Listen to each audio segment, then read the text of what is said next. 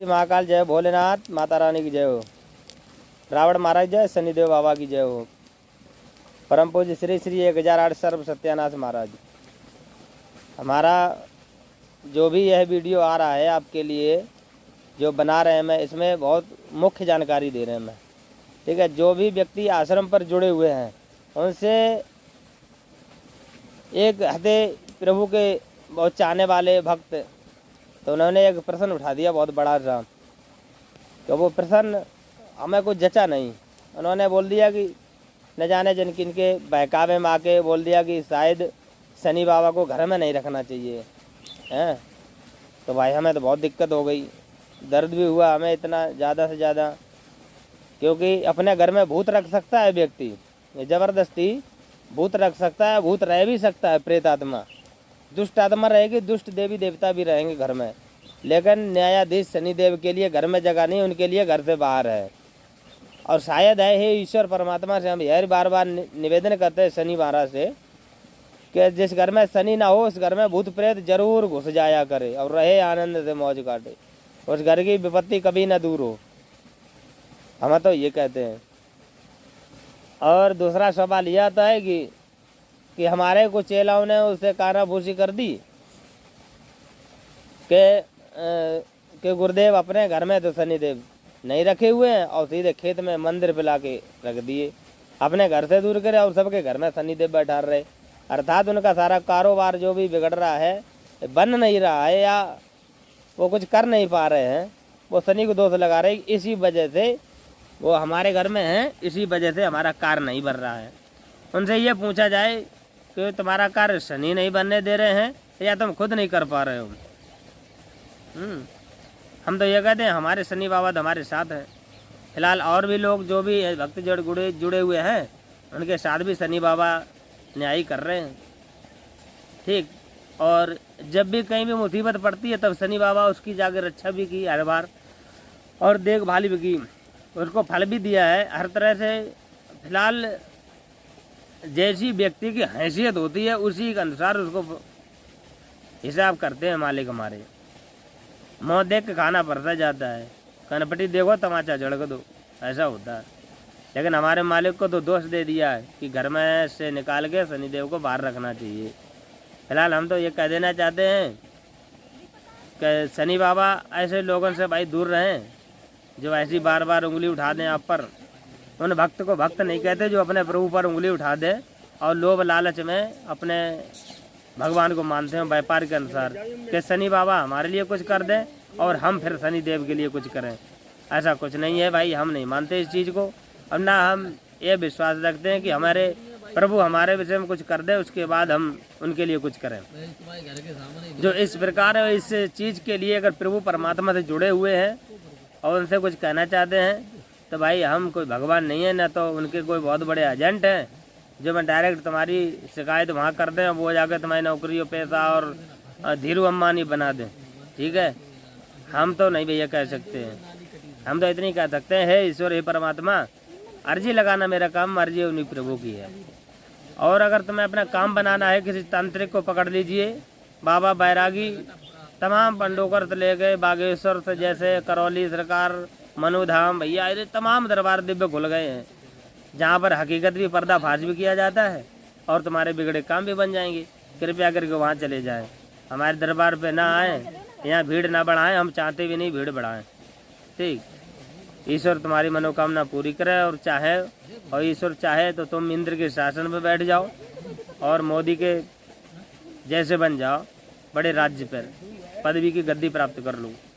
ईश्वर चाहे तो कोई भी तुमको माला माल कर दे, वहाँ चले जाओ। हमारे प्रभु आपको कुछ नहीं दे सकते। हमारे प्रभु ने जो भी दिया है उसका उत्तर उन्हें उंगली मिली है, उंगली कर दी उनके ऊपर, सवाल खड़ा कर दिया। तो शायद है ईश्वर परमेश्वर ऐसे व्यक्ति को ज्ञान दे, बुद्धि दे, सद्बुद्धि दे।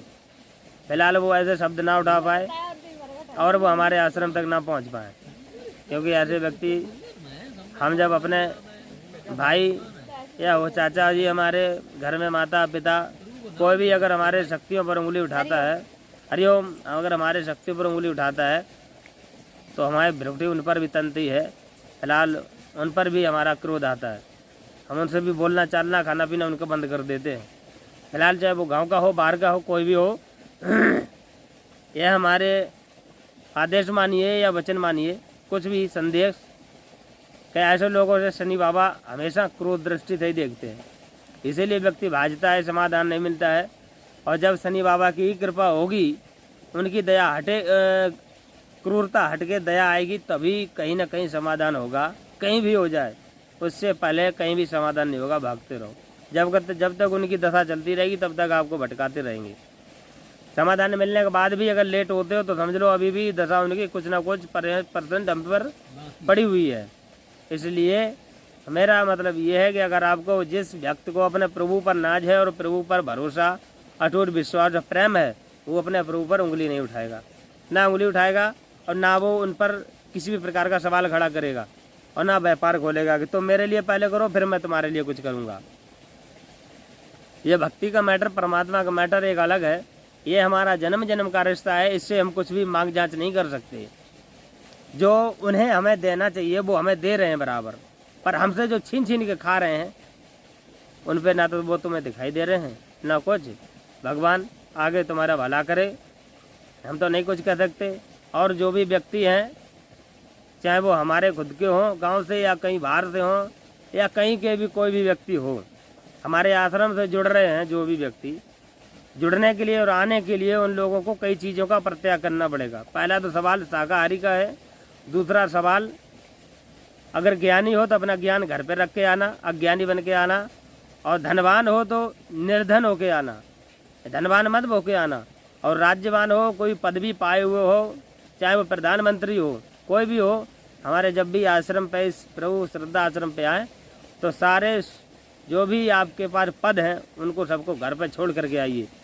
क्रोध, ज्ञान और पैसे, जो धनवान हो ये, और ज्ञानवान, पुस्तक ज्ञान जो भी है, ये सब अपने घर छोड़ के आइए। एक मूढ़ बुद्धि हो के, पागल बन के, एक छोटा सा परमात्मा का बच्चा बन के आइए, अज्ञान बन के, निर्धन बन के आइए, तो यहाँ से कुछ प्राप्त कर पाओगे। और कुछ अहंकार लेके आओगे कि हम धनवान हैं, हमारी क्यों नहीं सुनेगा, हम नेता हैं, हमारी क्यों नहीं सुनेगा, हम वेद शास्त्रों के ज्ञाता हैं तो हमारी क्यों नहीं सुनेगा, हम तो अच्छे धराशायी कर देते हैं। तो भाई जैसे आओगे वैसे ही लौट जाओगे। हमारे संगठन से हम कुछ नहीं कर सकते, ना हमारे मालिक करेंगे।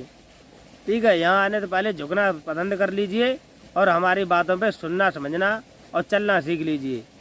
शब्द नहीं मानोगे, नहीं चलोगे तो भगवान करे तुम्हारा भला हो। यहाँ मत आइए। ज्ञानी हो तो अपने ज्ञान से अपना गुजारा चलाइए, धनवान हो तो अपने धन से गुजारा चलाइए, ठीक है, और पदवान हो तो अपने पद से गुजारा चलाइए। पर हमारे आश्रम पर मत आइए, यहाँ किसी के लिए जगह खाली नहीं है। जिसका भाव सुंदर है, प्रेम है प्रभु प्रति, वो आए। हम नहीं कहते वो यहाँ आए। कोई भी लालच वाला व्यक्ति हमें पसंद नहीं।